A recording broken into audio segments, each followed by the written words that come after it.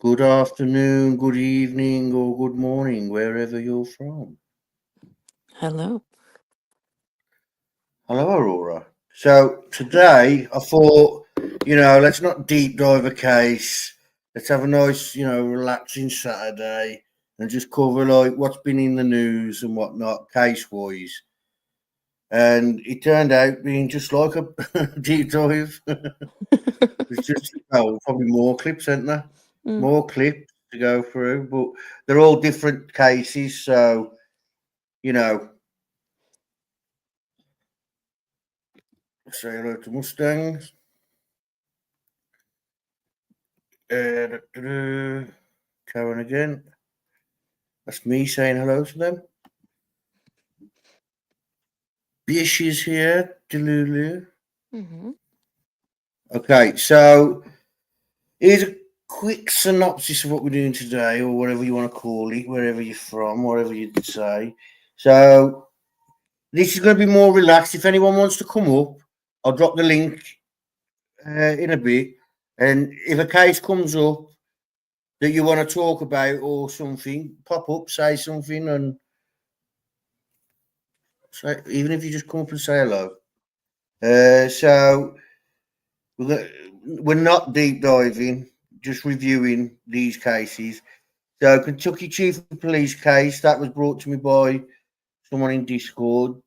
Kentucky Sheriff and the judge case. We'll go over that. Okay, so a man beheaded his father and posted it on YouTube. Sunshine Stewart, the paddleboard homicide case. Teacher sexual abuse case. Healthcare couple child abuse case. So we'll just go. I've got like a small summary of each one. Hi Lee.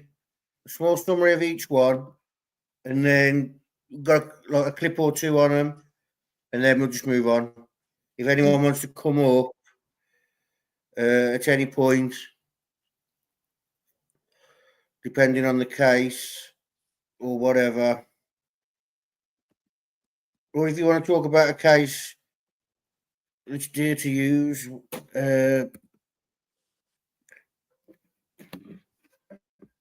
enter. Do any of these catch your eyes, Aurora? Oh yeah, the YouTube guy for sure. Reminds me like of your business a bit, don't he?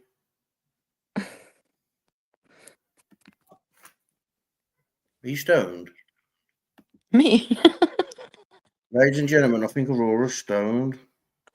Oh I'm god. talking to you like Okay, so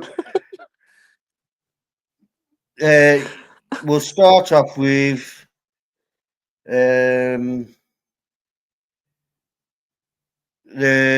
Kentucky Chief of Police. Hmm? The Kentucky Chief of Police. So I thought there was movement then. Ronald Rick Cuban, sorry, McCubin, 59, was involved in a domestic, in a disagreement involving his stepdaughter. When he grabbed her by the arm and pinned her against the wall, his wife intervened, but he threw her onto the bed before leaving the house. Louisville police arrived, found bruising on the stepdaughter's arm, but his wife had no visible injuries. Both refused treatment from the first responder. It's unknown if McCubin was taken into custody, but eventually a no contact order was filed. And then, anything you want to say on that, Aurora? Or do you want me to play the No, clips not right first? now. Not right now. No. To play the clips first. Yeah.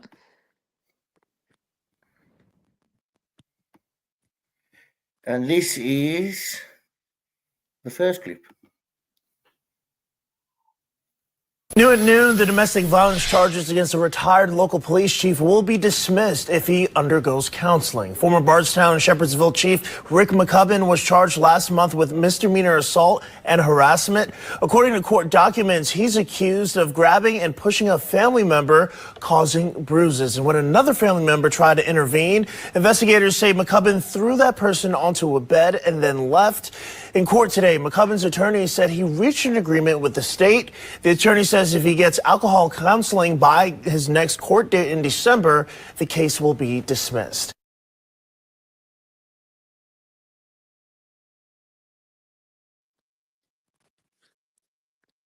That's So, a okay. summary of what I just said. I think that was the second clip. Well, it doesn't matter. Brand new here tonight on the Easy night team. to- The man who fired Nick Houck from the Bardstown Police Department has himself now been arrested. Former Bardstown Police Chief Rick McCubbin was recently charged with domestic violence, assault, and harassment here in Louisville.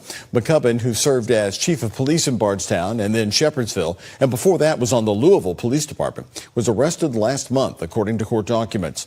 Arrest citations say McCubbin got into a verbal altercation that turned physical. Court documents say he allegedly grabbed one victim by the arms and pinned her to the wall. When a second victim tried to stop him, he threw her off of him and then onto the bed.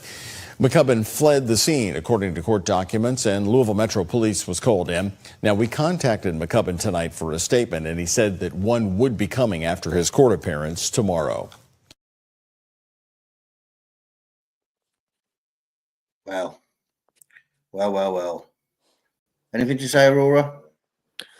No, it's funny to see like police try to arrest policemen and they run from the scene and stuff. Well, when I was looking the case up article-wise, because you got the clips and I got the articles, there was a lot of like sheriff in trouble in Kentucky. There was a lot of that, and a lot of chief of police fired. It was quite hard to find an article. I had to come to you and say, "What's his name?"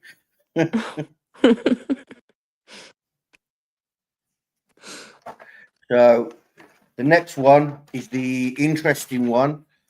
The link's there if anybody wants to come up. I'll drop it again if it's disappeared out the chat. Copy. The next one is the YouTuber. No, sorry, not YouTuber. Oh my gosh. Yeah, the next one is the YouTuber. Well, not YouTuber, but he beheaded his dad, and he put the clip on YouTube, and that is Justin Moen, 33, from Pennsylvania,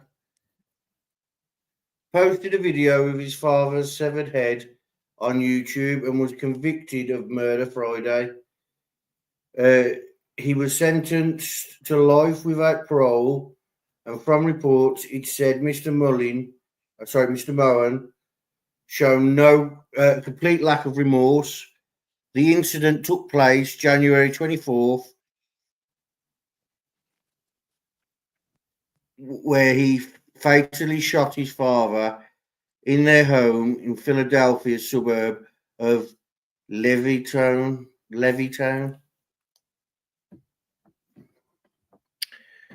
So that's what I found on the articles, and this is what Aurora found. Yeah.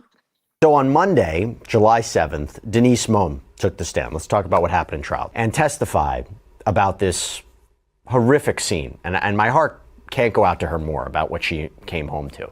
So she finds this horrific scene when she gets home from work at around 7 p.m. on January 30th, 2024. And according to the Levittown Now, she testified that she found her husband, Michael, quote, crumpled on the bathroom floor and screamed for help. And when the neighbor came to her aid, he told the 911 dispatcher, he has no head. Now, according to Denise, her son had moved back to Pennsylvania to live with them from Colorado, where she believes he experienced some sort of mental breakdown, as she called it. She said he blamed the education system and the government for failures in his life, but she said that he and Michael had a normal relationship and said that they'd had lunch as a family the very day that Michael died. And prosecutors asked Denise about an incident where officers who'd been working with the FBI came to the home in September of 2023 and spoke to Mohn about some of the things he'd been posting online. According to Levittown Now, Denise testified that she didn't know a lot of the details, but said the officers had warned her son to stop posting on social media. Matt, what kind of things would he have to be posting for both local police and the FBI to get involved? Well, he'd have to be posting threats against public officials, or, as I understand it, there was some documents that they found or writings that they found where he had targeted federal judges and other people in federal positions. So, those kind of things always get the attention of the FBI, especially when it's threats in the climate that we live in today. It's not as though you can shrug off and say, oh, that's just, some guy who has a grudge. No, everything has to be taken seriously. And he was making at least enough of those threats that the FBI became aware of it and contacted him about what he was posting. By the way,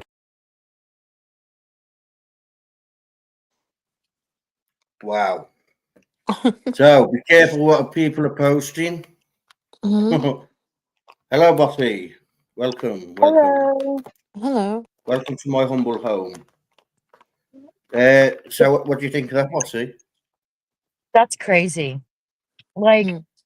it seems like in this day and age, from, what bothers me is they always, even with like protective orders, like in the first case and stuff like that, or a restraining order, like that's literally just a piece of paper. Like, Yeah.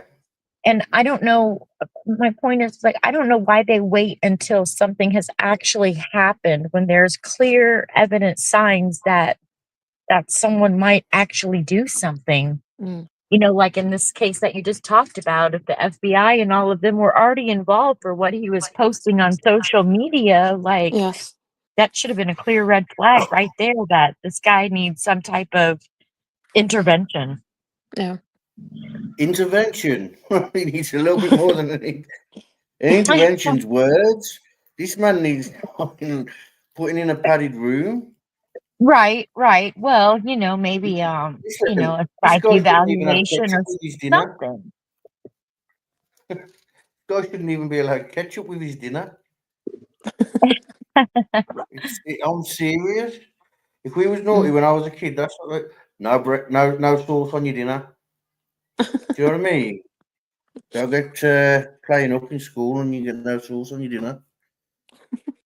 Let's play the And next clip for it. Well, and I'm kind of okay. Okay. we are learning chilling new details about a bizarre and brutal crime that we first told you about more than a year ago. In January of 2024, remember this guy, Justin Mohn, allegedly committed an unthinkable act? Authorities say he killed his father, 68-year-old Michael Mohn, inside of the family's home in Levittown, Pennsylvania, and he even allegedly posted a video showing off his father's head on his YouTube channel. Yeah, I'm sure you remember this one now. The video was up for a few hours before the platform took it down, thankfully. But the video, by the way, already had thousands of views. The video was posted with the title, Mohn's Militia, Call to Arms for American Patriots. And in the video, Mohn said his father had been a federal employee for 20 years, which Mohn believed made him a traitor. And in the video, he reportedly states, quote, violence is the only solution to the federal government's treason. And this is the head of Mike Mohn, a federal employee of over 20 years and my father. He is now in hell for eternity as a traitor to his country. He also allegedly claimed that Michael had resisted a citizen's arrest. Michael Mohn was a 20-year veteran engineer with the geoenvironmental section of the U.S. Army Corps of Engineers Philadelphia district. And in the video, Moan also rambles about various conspiracy theories concerning the Biden administration, immigration and the border, fiscal policy, urban crime, the war in Ukraine. According to Bucks County prosecutors, it's believed that Moan killed his father with a pistol and then used a kitchen knife and a machete to decapitate him in the bathroom of the home. It's pretty disgusting. So when Moan's mother, Denise, came home on January 30th, she found the aftermath of this, the aftermath of her husband's killing. But her adult son, Justin, 32 at the time, wasn't there. According to police, they caught him about 100 miles away from the crime scene at Fort Indiantown Gap Base, where the Pennsylvania National Guard have a training center. He had apparently scaled a fence, demanded to speak with base leadership, but then he surrendered peacefully. He apparently told the officers that he'd hoped to enlist the help of the guardsmen to, quote, join forces with him. So he was charged with 13 counts, including murder in the first degree, abuse of a corpse, and terrorism. And despite what many would consider to be reprehensible beliefs and an odd take on morality, Moan was declared legally competent to stand trial. Yeah, he opted for a bench trial, by the way, meaning the case was presented like any other, but there's no jury. It goes in front of a judge. So here it went in front of Bucks County Court Judge Stephen Core, who's going to make the decision on guilt or acquittal. Now,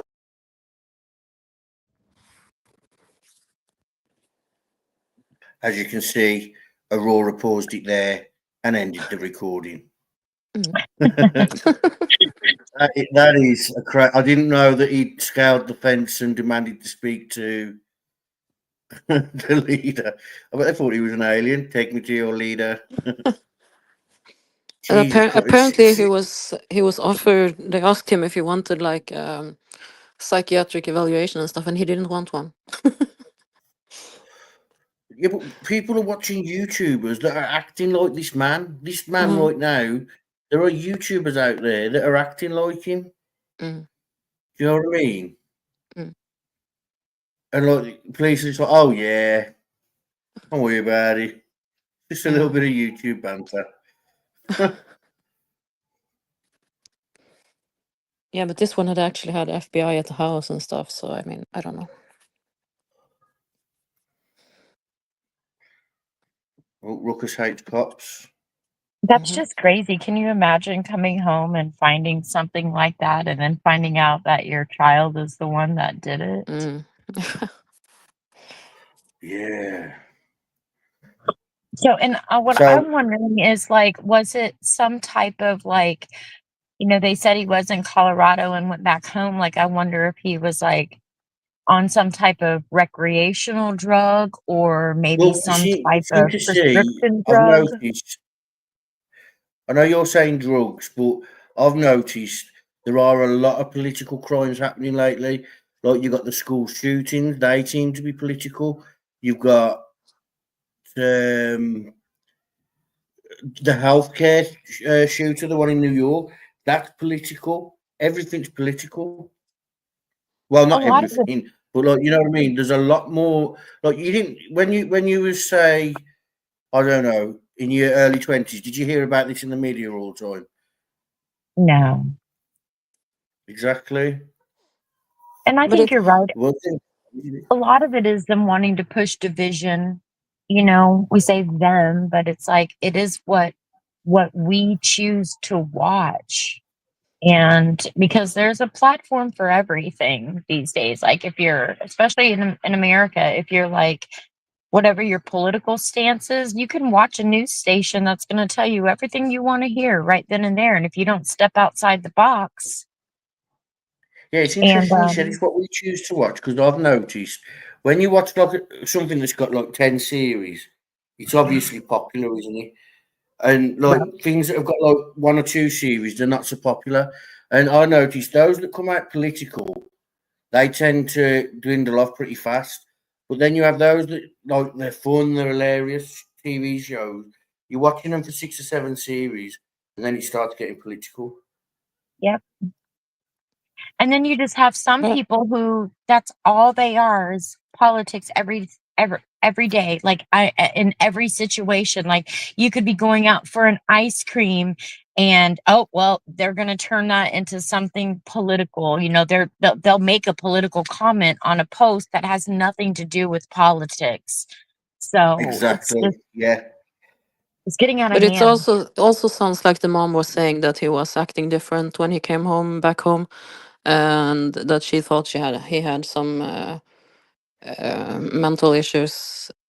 So it Yeah, sounds like he like had he an was experience while he not was out acting on. like he used to or something. Yeah. Yeah, he had an experience while he was out of state, and it seemed to affect him. Mm. Okay, then. So the next case. Now, this one's quite disturbing and shocking. It's two healthcare workers being charged with, murder, attempted murder.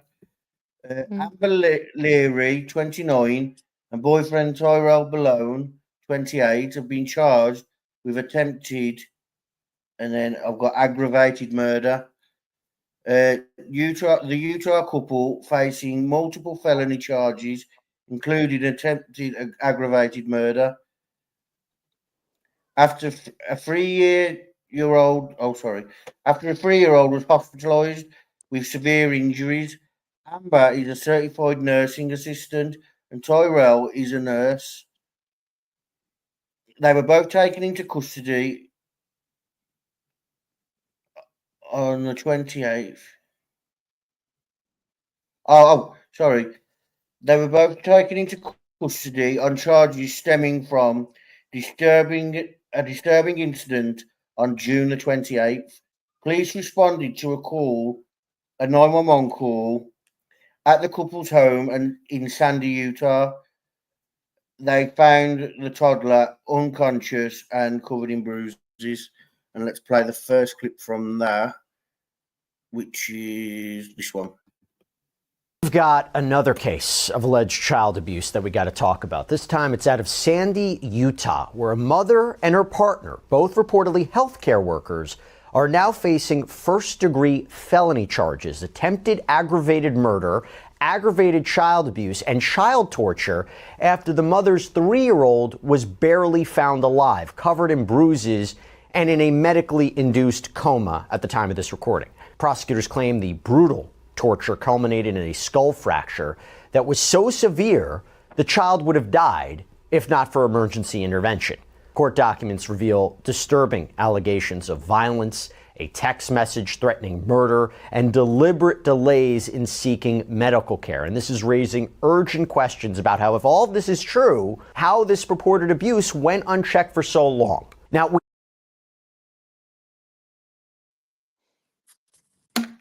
That's disgusting. Yes. How horrible. Like, I will always say this. There are people that I know, family and friends alike, that cannot have a child.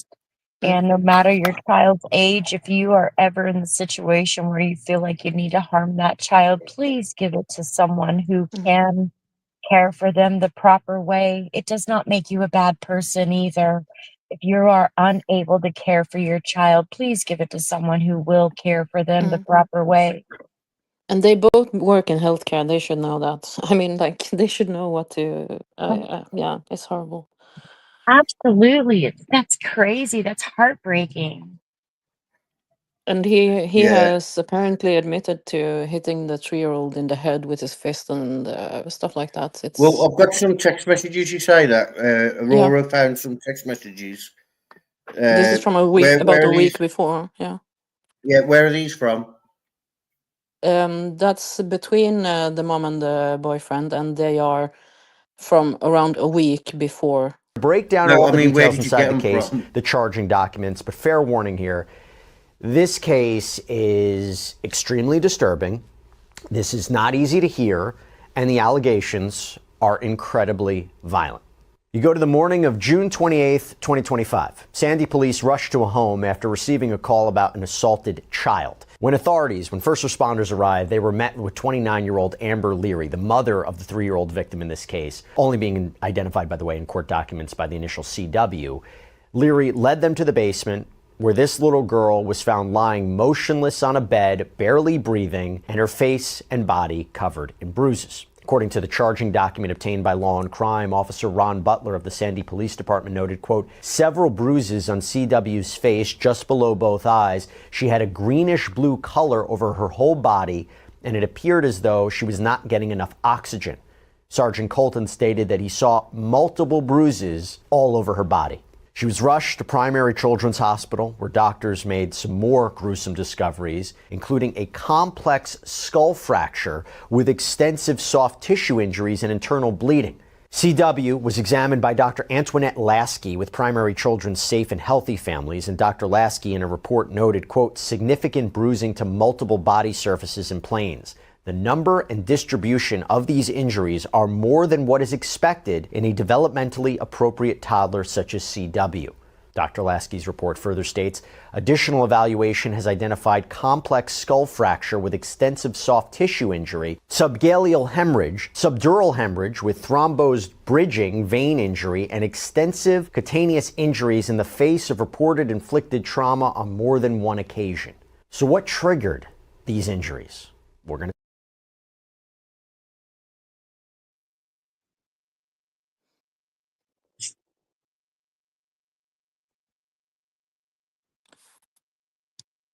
Yeah, this first text is from the 21st of June.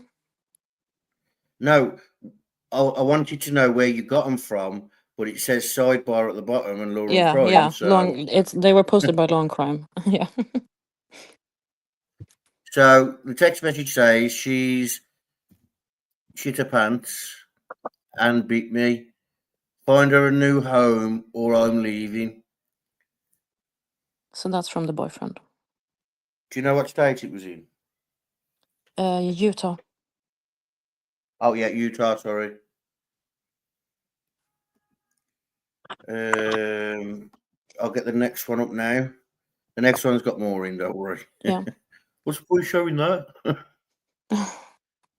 Yeah, there should be a zero tolerance policy for anyone who harms a child.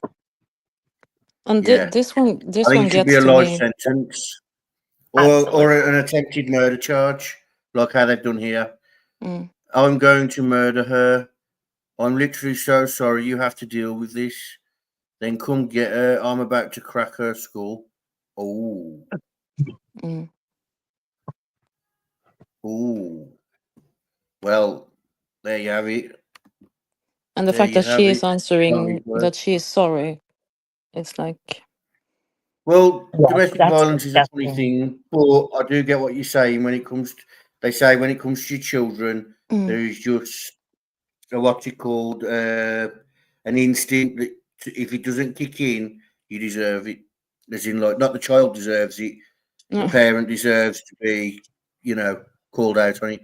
So there's just one more clip and then we'll talk about it. because as a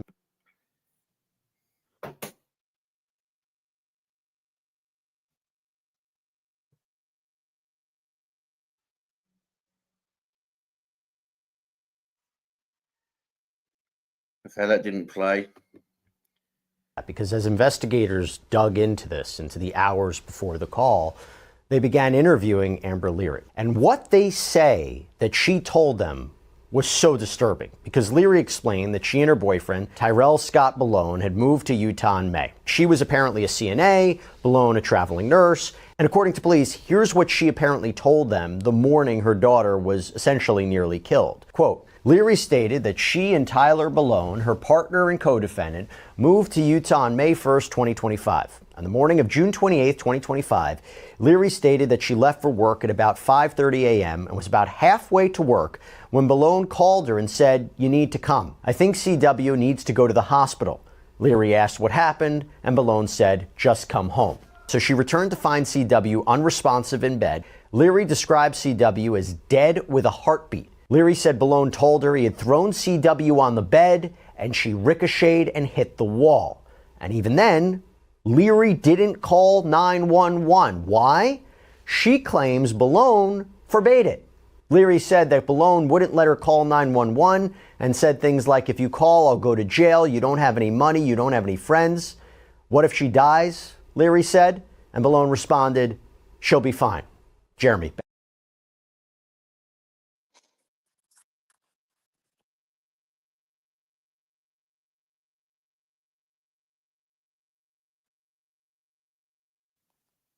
Dude, Yeah, I have that is Wow. literally taken beatings so my children wouldn't get beat when they were little. I don't care what it is. You protect a child with every inch of your own life, period. That's your own flesh and blood. And anyone who doesn't, they don't deserve to call themselves a mother because they're not being one. It's your job to protect your child. Yeah, and wow, he threw her off the bed, on the bed, and she ricocheted and hit the wall.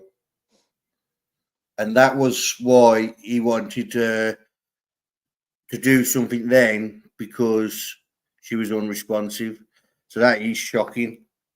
That isn't like it's, she just hit her head off the wall when bouncing on the bed. He shouldn't have been chucking her in the first place, but that was quite brutal. Exactly. 3-year-olds are tiny human beings. And that is some of the best age for a child to be. Like, it's one of my favorite ages. Their personalities are blossoming, and the only people that don't like children at that age are the ones that don't want to deal with them, in my opinion. They don't want to be a parent. Okay, so the next one is, and I don't think it gets better from here, ladies and gentlemen. Okay, so it's not a heart-wrenching one. It is, I'll say it's not just. It's Judge Mullins and Sheriff Steins. So on September 19, 2004, District Court Judge Kevin Mullins was shot and killed, but at the Lecter County Courthouse, Lecter County, Kentucky. The county's sheriff, Sean Steins, was arrested and charged with murder. News Nation suggests that the slain judge, Kevin Mullins, 54, was connected to a sex for favour scheme where women on house arrest exchange sexual acts for special treatments, according to a statement made from a lawyer. And if you remember, there was the clip that was played, I think it was on Court TV, where the woman that they're talking about talks to, I think it's the police, and she names Mullins as the official, the judge. Oh, can I make this bigger?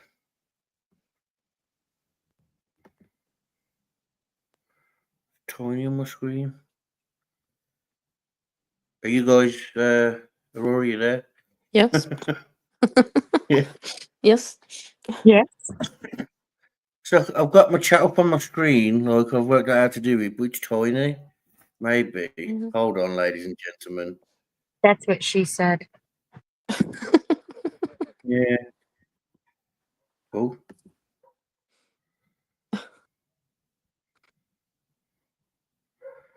Okay, so it's this one I want to make this bigger. Add item. No. See, this is why we pay for StreamYard, but okay, I'm not going to mess with it anymore. I just wanted to make the chat bigger, like, you know what I mean? It looks useless being there. Do you know what I mean? What's the... Well, it's there. It's, you know. If only you had a quarter for every time. Say again. If only you had a quarter for every time you heard that, or a quid. Never mind. I smoked a bit on a spliff today, so leave me alone. And yes, it affects me because I don't smoke it. Aurora, I do want to take this opportunity to say thank you for, all that you do on the channel too, and for keeping Frank in line, because somebody has to do it. Yeah. Hard work. See, Aurora, she knows about the Mhm. domestication that you're doing to me. It's not fair. Yeah, I'm going to right. play the clip. I'm going to play the clip. Well, Appalachia is the part of eastern Kentucky where the towns are small and folks look out for each other. There's a lot of respect for law enforcement and the justice system. And folks who work in that system get to know each other very well. Such was the case for the local sheriff, Mickey Steins, and district judge, Kevin Mullins. But like any place, sometimes there is controversy. In Letcher County, it was a deputy who got caught sexually assaulting female inmates in the judge's chambers. That deputy was the bailiff of Judge Kevin Mullins and worked under Sheriff Mickey Steins. That was a couple of years ago, but now everyone is taking another look at that case because something else happened in the judge's chambers. The judge was shot and killed, and Sheriff Mickey Steins is the one being charged. And almost everything that happened that day was caught on camera, both inside and outside the courthouse. And the case is moving forward towards a trial. And now. Wow, crazy. So they've got it all on camera, and it's still having to go to trial, and that is crazy. And we have Frank Moister in the chat, I believe. Yep. What up? What up? I'm pink today, Frank. I'm wearing pink. Yeah. So, I mean, I don't. Do you know why they'd be doing that? Like, as in, why would this be going to trial? Like, they've got the video, they know he did it. Do you know what I mean? yeah. They still have to present the evidence. I mean, you're still presumed innocent until I know, you're but found what I'm guilty. in a saying court of- is, when it's as cut and dry as this, why waste so much money? Why not go to court, have it so you both sat there, and then you have a hearing based on, like, Oh, I this is agree. this is why I did it. Do you know what I mean? Mm. To the, like a ex parte. This is why I did it. Blah blah blah, and then the judge will decide: do I allow him a trial, or do I get a report off his lawyer and make a deal with him here and now? Well, let me ask you a question. Especially in this, with how technology is advancing, and in this day and age, like, you're gonna have to allow video evidence. And because what if somebody were to say, "Oh, that's not me. That's an AI video. Somebody made that video of me." Yeah. Just hypothetical situation there. So, but I totally get what you're saying, and I totally agree with that. Like, when it's a cut and dry case, like, I mean, I'm one of the ones on the stance, like I just said, if you hurt a child, bye. Like, there's no what don't you comprehend about that's a child, period. If you don't Yeah. comprehend that's a child and you shouldn't put your hands on them, then end of story. Like, go away. I'm not afraid to say it. But yeah, and save our tax dollars and the money from trial and all of that stuff. So the American justice system needs an overhaul in some way, shape, or form on the way that things. It used to be that, I understand that defense attorneys have a job to do, and if we were in that position, we would all want and need a lawyer to represent us.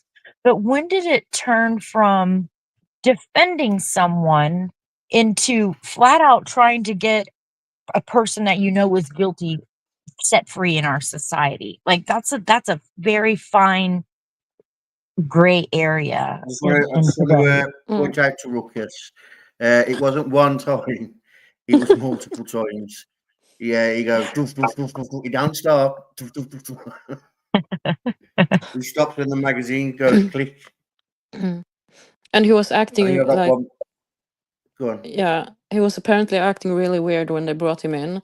And we'll see in the clip later part of the body cam from that, and but there was a lot more. If people are interested in that, they can go and watch. He was like pretending he's like sheriff, and he's pretending he has no idea what Miranda is and stuff like that. And like, yeah, right. Oh yeah, and he keeps saying, "Please don't do this to me," and that. I've Yeah, seen it. yeah. Acting So really weird. I'm gonna play this clip.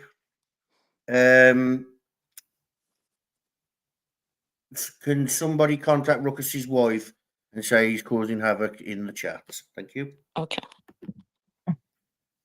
Just be fair to me. I'm going to be fair to you. I'm not going to do anything unfair. Like I said, you know me my whole life. We used to work out together. I ain't going to do anything unfair. On me, man, and kill me now. Nobody's going to kill you. We ain't going to let nobody kill you. That's why we was worried about you going to Letcher County jail for your protection down there. But I mean, if you want to go down there, I mean, that's up to you. You know, if that's what you want. You think you'd be safe. I just don't want beat on, man. I don't want killed. I just want a fair trial. Fair trial. You'll get a fair trial. You know that. But I can tell by the way you're talking, man. They're all gonna kill me. But we got to know the circumstances of what happened here. You know, like what led to this. Because this just. Do you want? I'm built for comfort, but I'm going numb. I know. Do you want that second? He didn't put that second pair on there. No, it's all right. Okay. So we got to know what led to this, Mickey. What transpired leading up to this? Because I know it just didn't happen for no reason. Something's happened. Everything has a reason why it happened and why somebody acts the way they do. Just be fair to me. We'll be fair to you. Just don't beat on me. I ain't gonna beat on you. Nobody else is gonna beat on you. You know that. Don't shoot me. Somebody don't kill me, man. Nobody's gonna shoot you. Nobody's gonna kill you. Well, don't do that. Don't shoot me. Kill me and stuff. So what? Tell me about what was going on earlier today. What was you doing earlier today? Tell me about your day. It was fine. Good day. Normal stuff. Office stuff. Why was you over here at the courthouse? Just was you had to come over here, drop off some papers? Did you come over here to talk to somebody? Court? I come over here all the time, man. For court? Yeah. Okay. All the time. Just come over. We had lunch together at Street Side. Who did? Several people. Who all had lunch?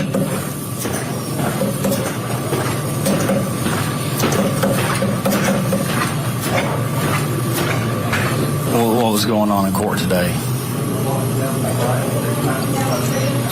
Just be fair to me. Who's the detective? That's Clayton Stamper. He's a good guy. He's a really good guy. He's going to be fair. He just wants to know information. What happened? That's it. Nothing else. Nothing out of the normal. Just what happened. Just that information. Of course, you know, everybody out here is just guarding everything. This is Just ask, be fair, man. Just be fair to me. Don't beat on me. We ain't gonna beat on. Don't kill me. Don't stab me. Don't torture me. Nothing like that. Nothing like that will happen. Nothing like that will happen, Mickey. I promise you. Yeah. Set me on fire or anything like that. Now, come on, guys. Just be fair to me.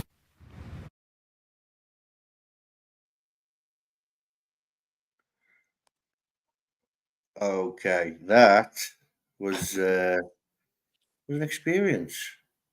Mhm. I want to see if I can. No, I can't. I got it on max screen. It looks cool. I like this, but like, I do it because I want to put this in the middle. So yeah, he was acting strange. It didn't seem real though, as in like, he seemed like he was putting it on. Yeah, I think so too. I think he's acting and he's not good at it. It's like 1 minute he's asking normal questions and then the next minute he's saying, "Please don't set me on fire." Like, what? Yeah, Well, I it's very remember when strange. this case first happened, like, and from what I heard, wasn't he saying that like the judge was having like some inappropriate text with like his daughter or a family member or something? Yeah, see, I've seen an extended clip somewhere. I don't know where it is. I'm sure it's on court TV, and it shows you beforehand. They're sitting there at the desk, and they're just like having a normal conversation, like, and then all of a sudden, the mood changes, and like there's a phone, and do you know what I mean? And then obviously the clip ends, and then they go back to the clip where he's shooting him. Yeah, I totally get it. And it's wild because like kind of like what you were saying when we watched the other case was people like it's cut and dry. Like there's video evidence of it and even the detective is like, "Well, what were you doing that day?" And we wanted to know your state of mind and it's like, we can probably, we want to know is there a reason behind your behavior, which I get. Mm. Human behavior fascinates me. But let somebody go and have some kind of minor infraction happen to them, and it's like the country wants to throw the book at them. You know what I mean? And it's like when is the punishment should fit the crime 90% of the time, in my opinion. You killed somebody, you're a murderer, you go to jail. In the story. Yeah.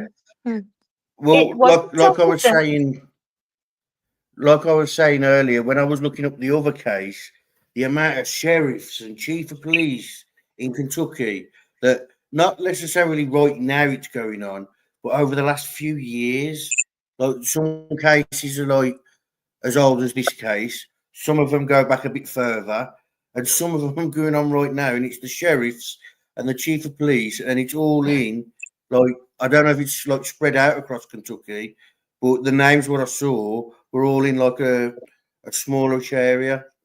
Do you know what I mean? Okay. Like when I Yep. say that, I mean it's from this part of the state. Do you know what I mean? Right? Mm. And which, that kind of makes sense because like and I think this can be true for all states is you've got certain areas that are less populated that have smaller towns. And then the politics and the way that they operate in those towns can either be really, really good for the community or it can be, a thorn to the community too, such as like in these cases. So, but I don't think it's like specific to one specific state. I think it's one of those things that once you start realizing something like a like a for example, I'm trying to give an example that's not related to Delphi, okay? Let's say you go out and a relative of yours says, "Hey, I bought a bright green truck." Which or I bought a red truck that's a such and such style. Then when you're driving down the road, you're gonna start noticing all of those red trucks, which were already Mm. there before, but you only notice it now because, you might be looking for your relative or something, and it just becomes more apparent to you. I Yeah. think that's true with a lot of true crime cases too. And I'd experienced that with Delphi because everybody wants to like put Indiana and this little area under a microscope, but I've always said it, go put your area under a microscope and you're probably going to be shocked at what's going on in your own communities. Yeah, So, happens Yeah, I get what everywhere. you mean. Yeah. So that case, um, if you want to follow on, he's always on not Law and Crime, Court TV. So if you want to deep dive it, go over to Court TV. The next case I have for you is a little bit more disturbing. Texas teacher Jennifer Macy found having sexual contact with a student in a home under construction. I don't understand that, but it becomes relevant. Texas police say they found a local teacher having sexual contact with a student under the age of 18 in a house under construction. Carmel County deputies arrested Jennifer Macy, 51. She's an art teacher at Devonport High School. Thursday they arrested her. They were responding to a call of a suspicious person at an incomplete home. Deputies investigated the situation and found Macy and a male juvenile having sexual contact. Jen Macy is held on a $50,000 bond. That's a pretty low bond. That's the bond I got. That's crazy. 51 years old. Like, that's my age. That's gross. Well, I didn't want to say anything. And you know, and it's sad because when it's a woman doing it to, you know, you'll see like in comments of other like YouTubes or TikToks or whatever, Instagram, oh, I wish I had a teacher like that when I was in high school, like all the men saying that. But roles reversed, if it were a 51-year-old male adult teacher, art teacher, doing that with a minor female, then the internet's going to burn it to the ground. Yeah. You know, Yeah. so the double standard has got to stop. Yeah. Yeah, definitely. Because, well, we're seeing more and more women being convicted of it. So we should be happy with that. But, I mean, it's like with anything. It started out like this, like the double standards thing. But it will die out. I think it's like it's every part of life where you have a situation where double standards are involved. When it's highlighted, it tends to be it's highlighted because it's going to start dying out. Now cases are getting more and more. It will start dying out because people will get sick of hearing it. I agree. And spreading awareness about the cases, it helps a lot. I mean, What are you it going to do really with a high does. school boy? It's right though, Right. isn't it? Like, why, High school boys why? stink anyways. I raised two boys. They stink. When they go through puberty and all those hormone changes. Ew. I love I my know what boys, you they know mean. it, but I'd always be like, did you put your DO on? Mom, I did. Well, you need to go wash your pits and put some more DO on because it's just your hormones are changing and you Yeah, need I to know just what you go mean. wash. It's like when I've been around Aurora, she normally stinks of BO. Oh She's my still in the god. teenage Stop boy phase. it. Probably your armpits, right? You probably got that teenage boy. Listen, I will never forget Oi. this. My oldest daughter, because I have 4 kids, okay? I have 2 girls and 2 boys, and in that order. And my oldest daughter, when my boys, you know, my first son was going through puberty, and like I said, their armpits there, that you can't help it. Your hormones change. She said, they smell like their sweat smells like Spanish hot dogs, Mom. And I was like, oh, because we have like a hot dog stand here that sells like a root beer stand that sells like B&K hot dogs. And it has a smell when you drive past the hot dog stand. And I'm always like, ew. And so now every time I drive past it, I'm like, she's right. It does smell like a teenage boy's underarm. So I always say, go wash your I don't know how I got way off track, but I'd be like, she'd say, go wash your Spanish hot dog armpits. Do you know what Spanish sauce is? It's like a ground beef. It's like a chili sauce almost, but it's homemade. It doesn't have beans or anything in it. I know you're heartbroken, but it's just like a meat, so like a ground beef sauce, and it's really good on hot dogs. But I don't eat hot dogs either. Well, there you go. I'll play the first clip while people try and work out why we was promoting food. This is the part where I say, mute me, kick me off.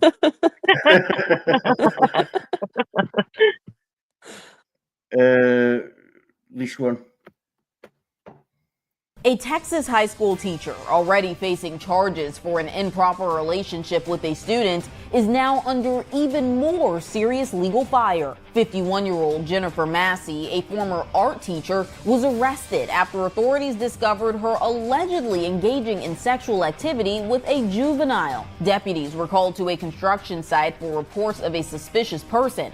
What they found was a shocking scene. Massey was allegedly caught having sexual contact with a student. She was arrested and put behind bars, but now new charges are being filed, including sex trafficking. If convicted, Massey could spend years in prison. Thank you for joining. What? Thank you for joining. Sex trafficking? Yeah. This is why I'm a bit nervous about meeting Aurora. She shows people. It should be the other way around. It's literally it's the only income that Sweden has. They're still living the Viking days. They go around other countries. They kidnap you, take you to Germany, get your passports and that, and bring you over here. Well, over to Sweden. Mm-hmm. Well, I'm Okay, not saying anything. so It might be easier than going through all the hoops you got to do to get your passport updated and prove you're who you say you are. Everything else. in Sweden, you know, it's actually pretty easy. Like, you just go to your police office, police station, don't you? Take a picture and like prove who you are in Sweden. Then Aurora. You take your picture, your fingerprints, and you have to have some valid ID with you. Yeah, because we was laughing and joking the other day when she had to go about like we was all in voices. There was me, Ruckus, Aurora, and my mum was in the background, and I was like, "Mum, Interpol's got her." Oh, poor Aurora. Yeah, he told her I was going to police station to turn myself in and stuff. And I'm like, oh my god. Afterwards, my mum was going to me. She was like, "Is she a criminal?"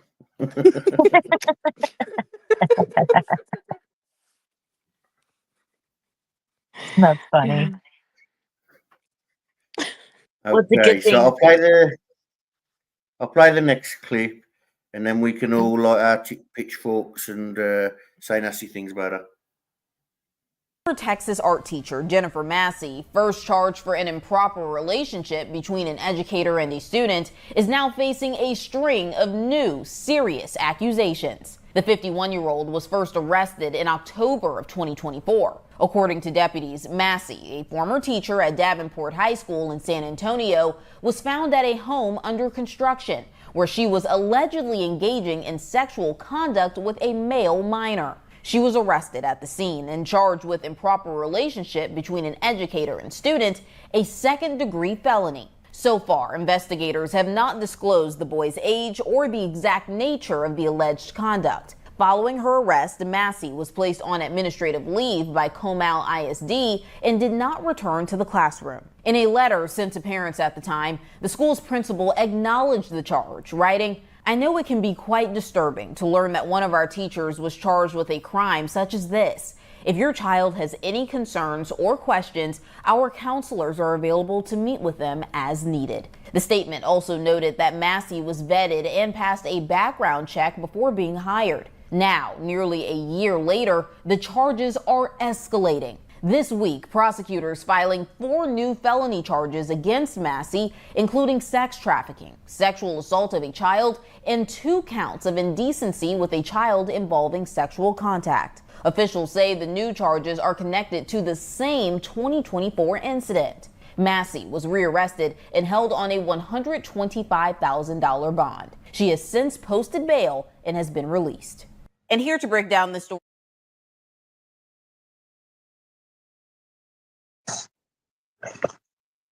Aurora and Bossy, ladies, take it away. Well, my first thought was, and disclaimer, this is all new info to me, all of these clips. So my first thought was, as a school, like, you said that you vetted her and as a teacher in your school system that did this, and then you're like, if your children have any concerns, they can meet with our counselors. Like, no, you need to offer outside type of Yeah. therapy or source or something. But it's not even that. Like, yeah, she passed the test, but now she's doing the offence. So, yeah, I get these tests do work because they stop, offenders from getting into the roles. But if you're not an offender when you become a teacher, how are they going to vet it? Or if you've just never gotten caught. Yeah, I mean that only Or works. if you've never gotten caught? Yeah, it only works if you already have charges and stuff. Well, see, I want to know, like, what sort of sentence will this teacher get? Take the trafficking out for where she is, Texas. Oh no, they're quite brutal, aren't they? Especially against children, crimes against children. Florida and Texas are probably like standouts. I think.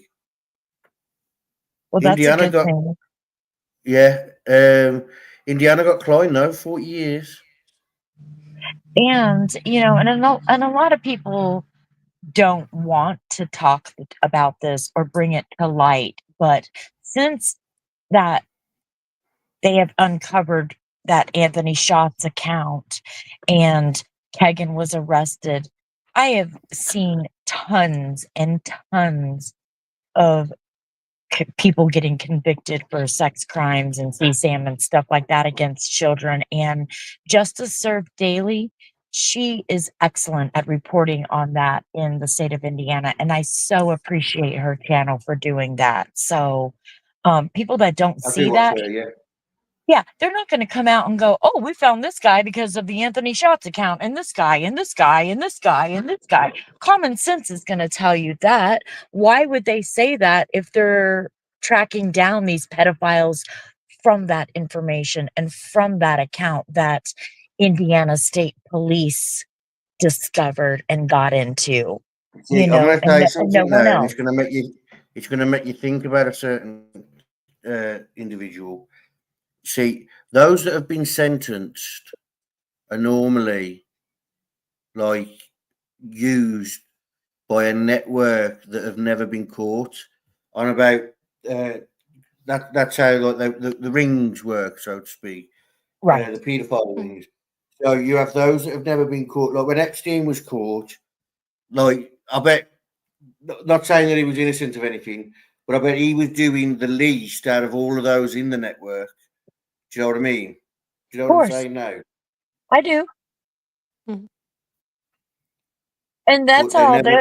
That case is back in the news again too, which I you don't have to follow a mainstream case every day to know what's going on in it, unless you want to, deep dive into it. But you can get the basic gist of it. And like I heard that they're trying to get like Maxwell is trying to get pardoned or something like that. And one of the creators that I follow, a bigger one, he says, she was trafficking children to someone, like just stuff like that. She apologized in court.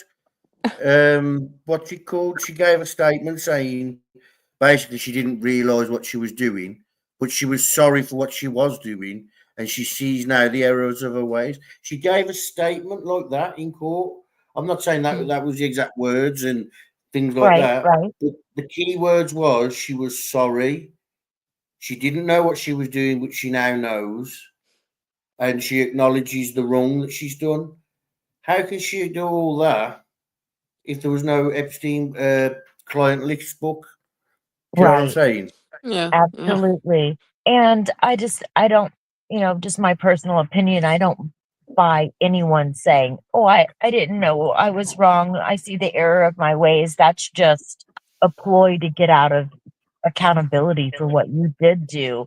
And it's also a ploy to stay in good graces with whoever you're still in good graces with in the public eye. You know what I mean? Yep. It's gross that people buy into that. Like, oh, she sees the error of her ways. It's a way to save face because it's a way to mask your shame, in my Okay, opinion. so we have one last case, and that is discovery of a missing paddleboarder's body has prompted a murder probe in Small Main community. The body of Sunshine Stewart, 48, was discovered under unusual circumstances by the state game wardens at 1 a.m. last Thursday near 100 Acre Island on Crawford. I actually had to scribble out what I was writing because I put 100 Acre Wood. Yeah. Silly me. In the community, that was on Crawford Pond in the community of Union, 60 miles south of Bangor. According to the state police, Stewart, 48, was an avid outdoors woman, an experienced paddleboarder from Tennant's Harbour, 25 miles south of where her body was found. She left Micmac campground for the pond by herself between 6 p.m. and 9 p.m. the evening before. An autopsy performed by the chief medical examiner in Maine last Thursday determined Stewart was a homicide victim. And that is that. So what do you think of that? Have you heard about this case? Only when you shared a link or something about it, I skimmed over it. I don't know, a few days ago. I think it was Paulie that might have shared the link to Yeah, it. 'Cause, yeah, I did. That's why it come to my mind and my attention. So she went missing in a pond. Is that what you said? No, she was found in a pond. Found in a pond. Where is it that she went did she go paddleboarding and then went missing, or no? Oh, yeah, so she went out I just read it out.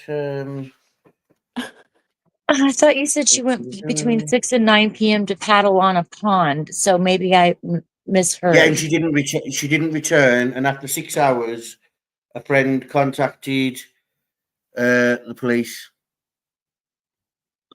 Oh, wow. And I wonder why they're ruling it a homicide. Well, you see, I was asking Aurora about this. I was like, this one gets me because, like, say you're in the water and you bang your head, and when they pull you out, how do they know that? Like, they say, "Oh, he's got a knock to the head and he's found in water." How do they not know that you didn't bang your head in the water? Right. True. But like if that's why I asked, was she found in a pond? Because most likely ponds are a certain depth and don't have a lot of rocks or anything. Whereas if she were in a river, kayaking a river, like I kayak some rivers that have lots of rocks. Okay, so let me get my thumbnail up. My thumbnail is actually a map sort of thing. I think the map is in the clips too. They show some more of the. Oh, okay.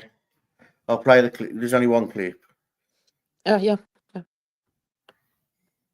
This is Sunshine Stewart. People called her Sunny. She was 48 years old and just a lover of the outdoors and spent so much time exploring the wilderness in Maine. She was found dead roughly a week ago after she went missing paddleboarding. This is the pond where she was paddleboarding. It's called Crawford Pond in Union, Maine, which is a community, small town, less than 2,500 people. It's about an hour and a half away from Portland, Maine, and a 3-hour drive from Boston. Before I get into the clues that detectives may have in this case, let's start with the circumstances surrounding Sonny Stewart's disappearance. This is what we know. Police say on the evening of July 2nd, so roughly about a week ago, Sonny went paddleboarding at night. Police believe it was between 6 and 9 p.m. on Crawford Pond. Her friend told a local newspaper in Maine called the Mid-Coast Villager that Sonny was planning to spend the summer in a camper at the Micmac Campground, which is on the north side of Crawford Pond, has access to the water. You can see it on this map. Now, the owner of the campsite posted on Facebook these pictures of law enforcement at the campsite and on the water. Her campsite, she says, is not a crime scene. She said she's not doing media interviews, but not only is law enforcement using her campsite, she has been cooperative in the investigation and in speaking with them. Police were called on July 2nd after Sonny didn't return to the Micmac campsite. Before dawn the next morning, Maine State Police, which were called in overnight to try and find Sonny Stewart, say they found her body on the north side of the pond near an island. Maine State Police said that Sonny was murdered, but at this point, they're not releasing her cause of death, and frankly, it's unclear why. We'll dive into that a little bit more in a moment. We do know that an autopsy determined that her death was a homicide, and when Sonny's body was found, police say the circumstances led them to call in their major crimes unit. So it appears that it was apparent that the kind of case police were dealing with was not just a missing paddleboarder or potentially an accidental death, but they say this was a murder. Now, it's unclear if police have any suspects or whether the community is still considered in danger. Maine State Police did write, quote, members of the public are encouraged to remain aware of their surroundings and report any suspicious behavior to law enforcement. Friends described Stewart as a free spirit. Again, she loved the outdoors. She had a tattoo that read, if you don't like your life, change it. It appears that Stewart lived alone, according to friends who spoke with the Mid-Coast Villager. She actually lived in a house that they say she rebuilt in Tennants Harbor, Maine, which is about a half hour away from Union and Crawford Pond, where she was murdered, according to police. Union is also where she grew up, the outlet says. Now, the friend also said that Sonny only had been at the campground for a couple days before her death. And when you look at the map, you can see that island in the middle of the pond. That is 100-acre island. According to the Mid-Coast Villager, that island is a nature preserve. People can camp there, but only with permission from the land trust that runs the island. It is open to the public during the day, but an interesting piece of information about this pond is that there's no public access to Crawford Pond. The shoreline is all privately owned by either people who have homes there or by the campsite that Sonny was reportedly staying at. Join us now to help.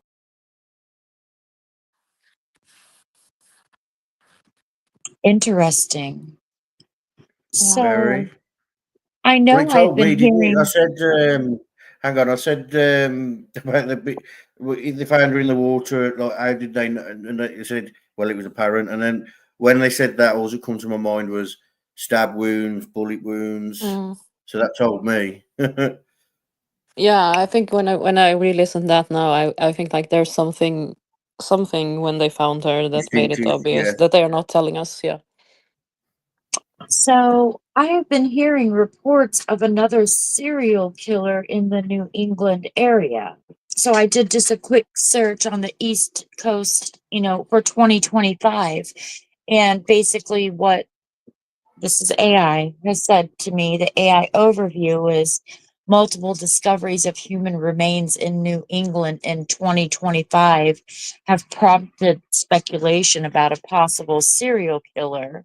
But authorities are urging caution and emphasizing there's no concrete evidence linking all deaths. So put that disclaimer out there. But it says here that the location is bodies have been found across Connecticut, Massachusetts, and Rhode Island. And the timeline is the discoveries have occurred between March and July of 2025. And that it has been women from the ages of about 21 to 59. And the circumstances of the death have varied in each case, where some have no visible trauma and others have been ruled a homicide. So that she's very possible that's in that same area. That could be like a tick to keep, a box to tick to maybe keep on the back burner, that it could have something to do with that. No water in her lungs, Lisa. Could be, sorry. Yes, but Lee, if the police right away when they found her, they sent the clip that when they directly when they found her, they decided they needed to call in for other help. I think It what they seems said like with there the was Nicola something Bully case, obvious. Yeah. what they said with the Nikki Bully case was there was some sort of wound, like as in like knock. She took some type of knock, but they think that was Mm, because of where she jumped in the water, and mm, there was no water in her lungs. mm. So there's that. But I'm not a medical examiner. I'm not a police officer. I don't work in forensics or anything like that. So what do I know? Right. Yeah, no, we don't know. Well, I just found it interesting that in that 4-month period that there was 13 bodies have been discovered in that 4-month period. That's quite a lot. Hmm. So, but yeah, there's not really for her to go missing in that pond. It doesn't look like she would like Well, could it be? Do you fall know, off with of. like they don't think it's a serial killer because normally serial killers they use the same uh, method every time. They use the same Signature. method every Yeah. time. Yeah. So yeah, That's true. so like if they strangle them, they always strangle them. Not necessarily the same way every time, but you know what I Right. mean. Sure. If they shoot them, they always tend to shoot them. So that's what I was getting at. So maybe that is why they think it's not a serial killer because some True. might have stab wounds, some might. Do you know what I mean? Yeah, absolutely. And Lee brings up a good point in your chat. I'm sorry, I don't know, Lee, if you're male or female, but they said could be they found no water in her lungs, and that's why they're ruling it a homicide as well. Because if she had an accident in the water, she would definitely have water in her lungs. I'm not sure. I don't know if the two ladies on the panel know if she was married or had children. They said she lived alone. I don't know if she had any children. Right. Could I live alone, but my children are adults, young adults, so Yeah. and that's very possible. I think they said she was what 47 or 46. 46. 46. Yeah, 46. So her children could just be older and out of the house. Plus they said she was there camping, right? So is she not originally from there?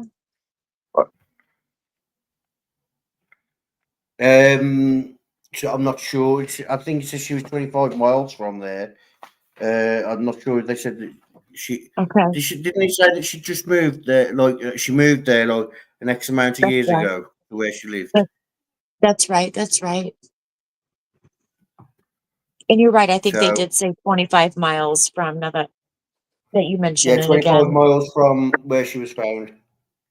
And where she was found, she was in a campground, weren't she? Well, I thought they said Around she was staying in that campground like for a few days and then decided to go out paddle boarding that It evening. is hot in the UK today. It was hot yesterday though. Oh my god, I'm like a lobster. I love it though. Yeah. So those are the cases that I've presented today. Listen to me notebook, do the thingy. It's not doing it. There we go. Definitely some heartbreaking cases, and then that last one's kind of, I hate to say interesting, but Yeah. Yeah, Paulie sent me that one. Susie sent me she was posting about the chief of police, and I asked her to get me some info on it. So there's that one. I think the others have just been cases that like the judge one. Like I've heard about that one before. Followed that a bit. So Just little random reviews. I thought it was better than deep diving, but it ended up taking just as long, if not longer. But it was fun. It was nice doing it like this, having a little chit chat. You know, a few clips. Yeah. Yeah.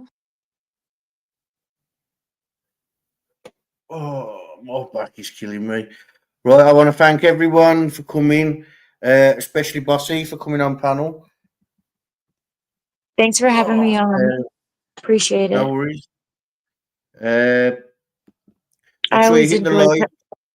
I always God, enjoy sorry. talking to. It's fine. I always enjoy talking to Aurora. So hit the like, share, subscribe. If you're in Discord, I'll probably see his invoices at some point tonight. Again, thanks everyone for coming and Bossy for coming up. Aurora, you're part of the furniture now. Sure. So Talk to you guys soon. see you later. Yeah, bye. Yeah, you're part of the furniture now, so you don't get a thank you. No, we do need to thank Aurora because she does collect clips. She goes through the news. If I say to her, "We're doing this case," I need you to get me info on this, and I'll tell her the parts, like what I want a clip of, and then she'll go and find the clips for it. And that is not an easy task working with me. So thank you all for coming. Thank you, Aurora, for helping. Bossy for coming up. And good Yeah, night. thanks, Bossy.